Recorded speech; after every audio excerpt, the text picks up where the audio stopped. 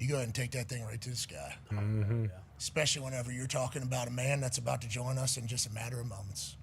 Ladies and gentlemen, down there in Perth, Australia on Saturday, there's going to be an ass beating of an Australian man named Bronson Reed. And it's going to be done by a man who's a 6-time world champion. Let me make sure I get these stats right because they are prolific. AJ, did you hear that? 6-time Michael Jordan? world champion. Exactly.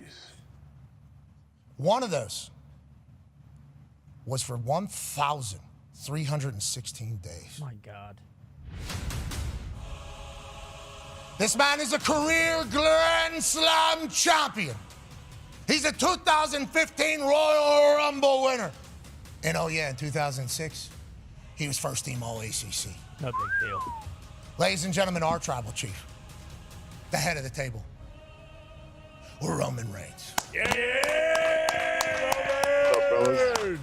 What a transition, huh? What a segue from the middle finger to the pointer finger. Love it. Well, Jerry did it, and it wasn't supposed to go that way, but live in real time, I thought to myself, if there's only one finger that needs to fly, it's one to the sky, and it's certainly acknowledging our tribal chief. It's great to have you back in the world, brother. How is it? I see TC1. Okay, I like the shirts. I'm looking to buy those immediately. We love everything about it. And now you're heading to Australia to do a little ass beating. How's the body feel? How do you feel leading up just a few days before the big match with Bronson Reed, who...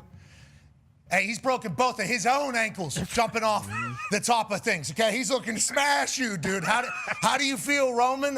GOAT heading to Australia just a few days. I feel like crap. My body does not feel good. I was down there not too long ago. The flight, back and forth has not been nice. I've been jet lagged for, I feel like, 4 weeks in a row now.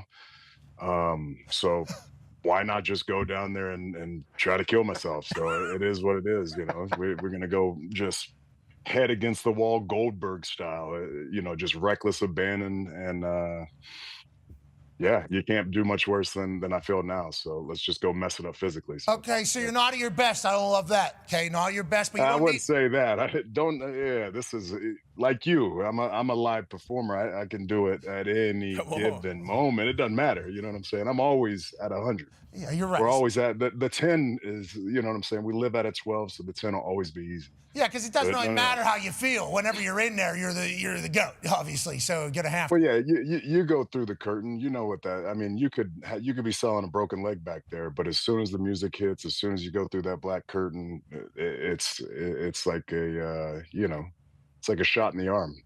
How cool does it feel whenever you do this? And just the entire place, every single city goes and does the same exact thing. That I don't want to say power, but that is certainly power. That's power. Right there. That has to feel pretty incredible. As long as they do it with me, yeah. As long as they do it with me, we're good to go. What if it's that other thing? What if it's that Jerry Jones, which could be down in Australia here with the local guy, Bronson Reed, Australian guy. Now, I know you just talked about being down there. You were shooting Street Fighter. I believe you were in that movie. You're in Australia. 16-hour flight. Obviously, it's a long way to the opposite side of the world. How do you feel? How are you going to handle that? How are you going to handle, the long travel, the what's it called whenever your body clock's completely off? Jet lag. How are you going to handle that? Do you have ideas? I assume a man of your stature, of your legacy, I assume we got IVs in the plane. Mm-hmm. I assume we got a full meal plan. I assume we got the workout happening. How are you addressing that? When is your travel? And what is kind of the next steps for you as we lead into that? Well, I'll fly out tonight. Travel for this will be much, much kinder than it was for the movie. But we're working on that. You gotta pay your dues. You gotta build your equity. And brother was on the commercial flight, just living life, amongst the people. It was great. But no, this is much, much better. G650 on the way out there. Yeah, one stop for gas, and then we're right to Perth. And then we hit the ground running. Like I said, there's no real way to combat this jet lagged, tired, run down feeling. All you can do is just try to, keep your immune system as high as possible. Like you said, get a banana bag in if you can, vitamin C it up, and don't bitch about it. Let's just keep moving forward, and just try to hit the ground running, try to keep some momentum. As I get there, I want to say Friday in the late morning, probably around this time Friday. So we'll kind of time travel in the next 24 to 30 hours. and then just hit the ground and hope for the best. I appreciate the fact that you're a humble tribal chief and you will fly commercial, but for this one, obviously, we need you locked in that G650. Thank you for making a business decision. This isn't because you're high maintenance at all. No, this is not because you want to fly private. You wish you could fly commercial, but this is locked in. We got business, obviously, to handle. We need the... I did not say that. I did not. We don't ever want to fly commercial. We have to. It is what it is. You know what I'm saying? And no, ain't nothing about being bougie or high maintenance. Business is business. You know what I'm saying? I set the tone and the standard for the next guy up. So if I start slumming it, then the next guy's gonna slum. We're progressing here, man. Like I said, everybody gets escalated. Everybody gets lifted.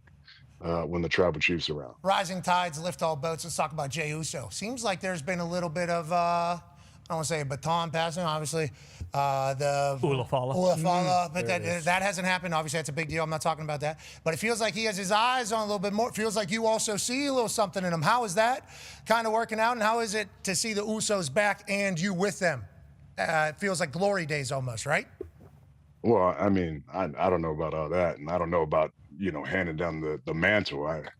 I don't know if anybody can actually handle that responsibility, that obligation. But agreed, much of it. No, Jay. I saw this from the beginning. Nobody, you know what I mean. Like just like Sammy, I seen this beautiful opportunity within Jay a long time ago. And we're just now kind of seeing that pot of gold at the end of the rainbow with him. But there's so much more left to do with him. There's so many, more accolades and more opportunities for him to capitalize on it. And that's what I'm saying is like he got there. That's one of the hard parts. But the hardest part is staying there. The hardest part is staying relevant and staying at the tip top of the mountain, to be able to breathe at that altitude, and to do it like I did for what'd you say, 13, 16? Yeah. You know what I'm saying? So I wish he would listen to me a lot better. I wish his brother would just shut up and listen to me as well. It would make life a lot easier, because at the end of the day, I got the proof of concept. I'm the one who's mapped this thing out. I'm the one who needs to, that understands how to get back to the new land. I'm the only one that can cross the ocean and come back. So I'm the only one that understands how to navigate these waters, and I just wish they would listen to me. Yeah, and sometimes leadership isn't respected or appreciated in the moments that they need it. But Jimmy's listening, Jimmy's hearing, and whenever the moment comes to the moment, Jimmy will do the right thing, right? Yeah, I would. Jimmy will listen. Same with Jay. They'll listen to you. You're a tribal chief. The right thing. Bloodline. That's subjective, right? You over here, the right thing, and the right thing in WWE. That's like. I don't even know if that makes sense, True, that's crazy. That's like trying to be a good guy in the Shark Tank. Try to be the good guy in the ocean. You want to be Rose or Jack. You want to live or not. You know what I mean? Put me on the door. Mm-hmm. Yeah, I want to be on. And there was enough room. There's enough room. There's not enough. That's the beautiful thing about it. There's not enough room in WWE. There's not enough real estate. You have to get what is yours, and that's what I'm trying to teach these guys. That's what I'm trying to learn them boys, is you have to take it now, because this ain't Hollywood.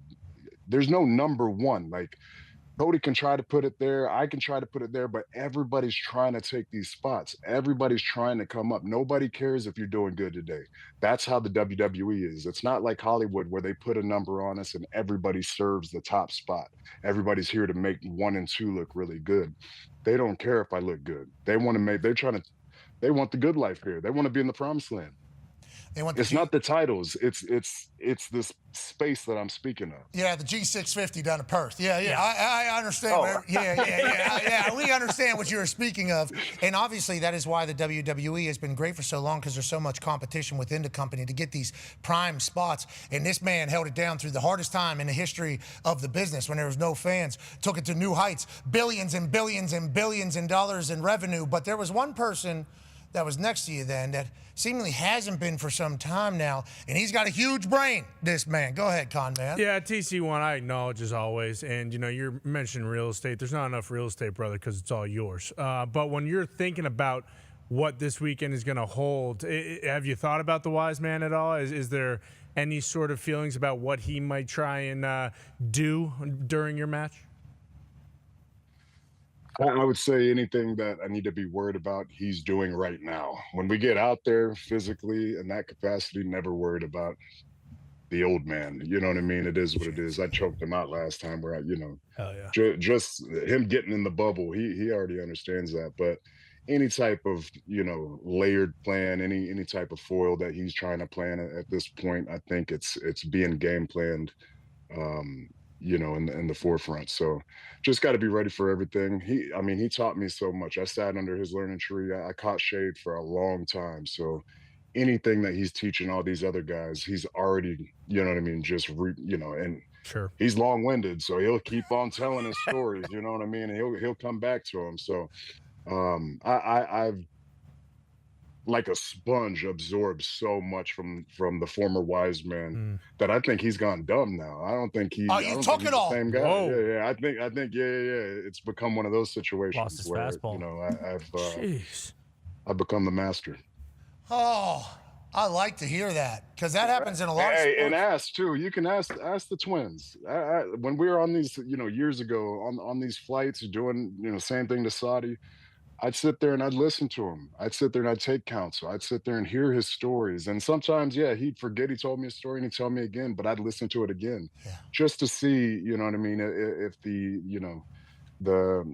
mantra, the moral of the story was the same, or if there's another little piece of information. He's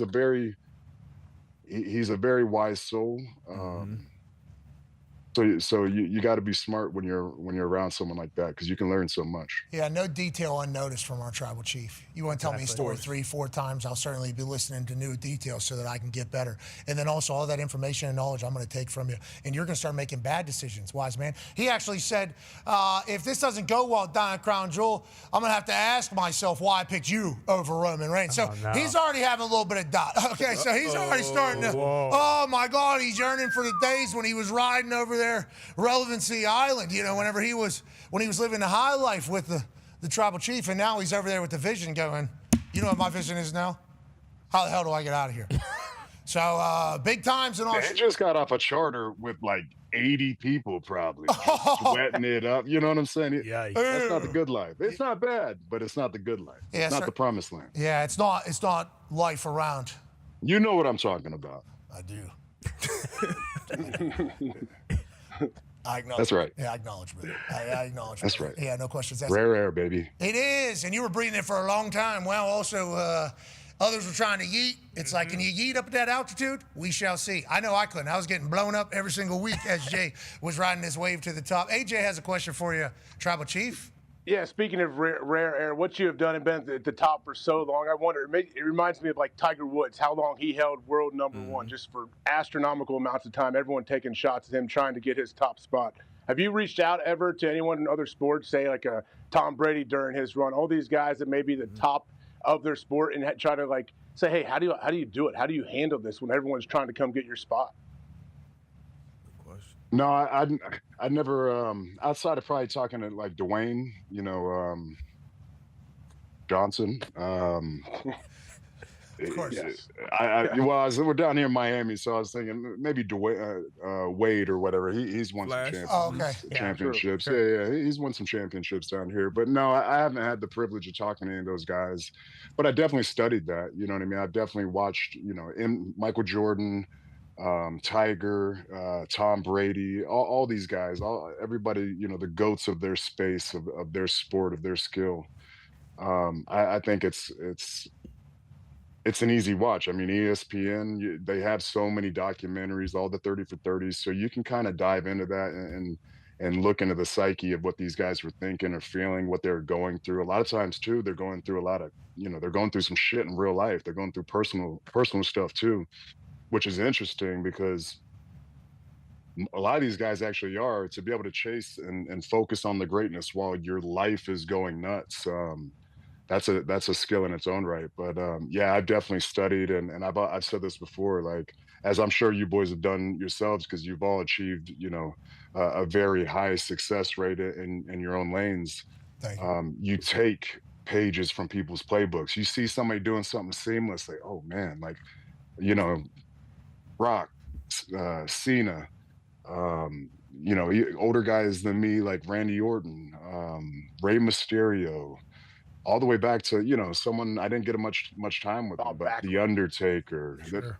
Bob Back, yeah, there we go. Obviously. Yeah, he's pulling stuff from Bob Backlund for sure. Yeah, hey, why not? Hey, pop out them steps and get some cardio in. But yeah, everybody's got something that they do. Just like, man, that's so smart. Where did you figure that out? And then you just steal that, and that's all it is just stealing plays. Like football, it's copycat. You know what I mean? You just take what you like and make it your own, and then all of a sudden they're singing your praises. Yeah, stealing, learning, it's all different types of conversations because you make it into your own.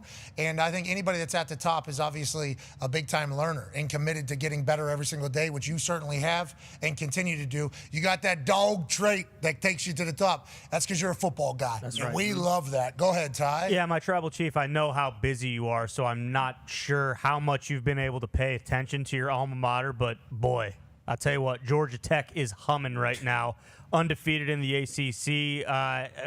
Is Georgia Tech going to win the ACC this year? Are we thinking, hey, the playoffs are coming and Haynes King and the boys are going to be there? You down in Miami right now?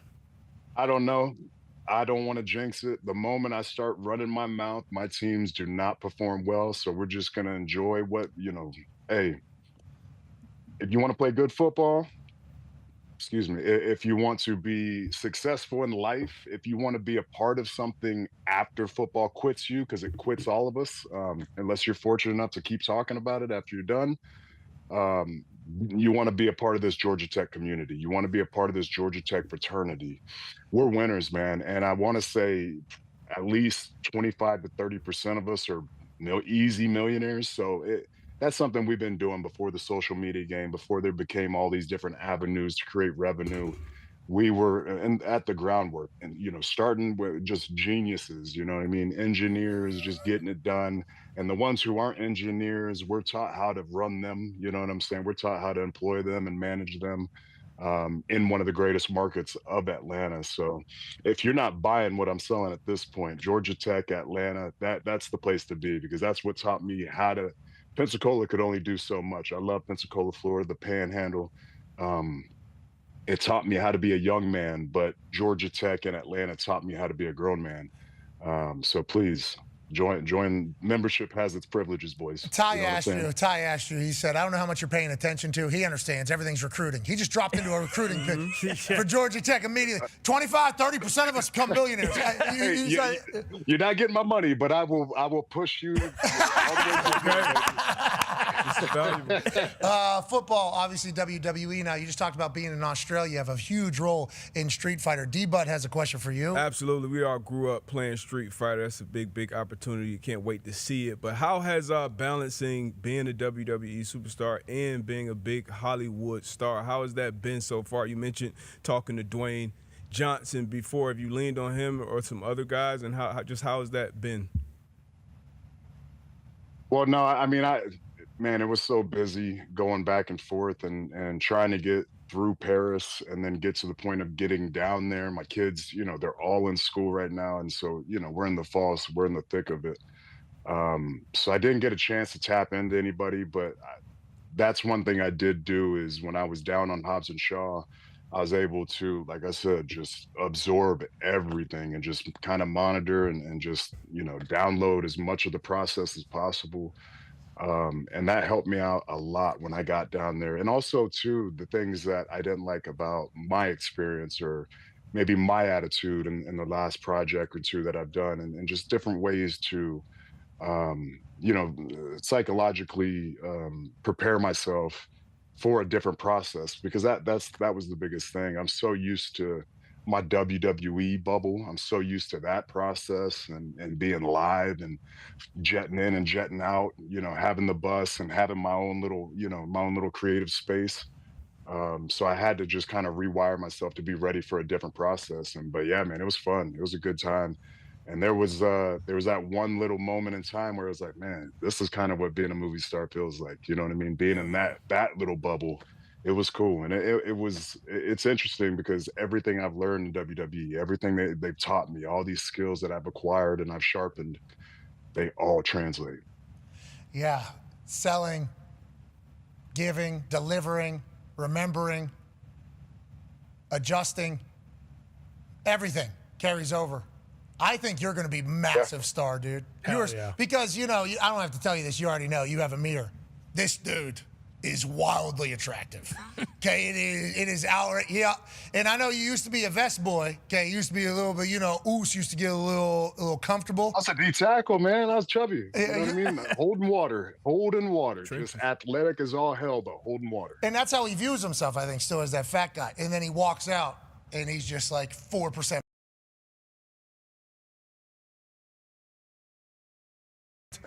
That was last month, though. That was last month. It's Oktoberfest, baby. We're coming in watery. Well, that's good. You got Brunson Reed. You're going to need that. It's Sam Adams' fault. Oh, man. Every time it comes around, the fall comes around, football's happening. It's my favorite. I loved you here, and I'm used to the WWE process. You know, jetting in, I got to bust my own little creative bubble, and then I kind of jet out of there. Movie, we're on a commercial thing. Okay, we're at somebody else's movie set. All right, I guess I'll adapt to the process here, and we will still try to crush it. I can't wait to watch you master that lane, just like you mastered WWE. And if you would have stuck with football, we all assume you'd end up in the Hall of Fame for that as well. We appreciate you, man. Thank you for joining us. Safe travels down to Australia. Thank you, fellas. Appreciate you all for having me. That's right. That's right. Always. Ladies and gentlemen, our tribal chief, the only tribal chief, TC1, Roman Reigns. Thank you, Roman. Yeah, Roman.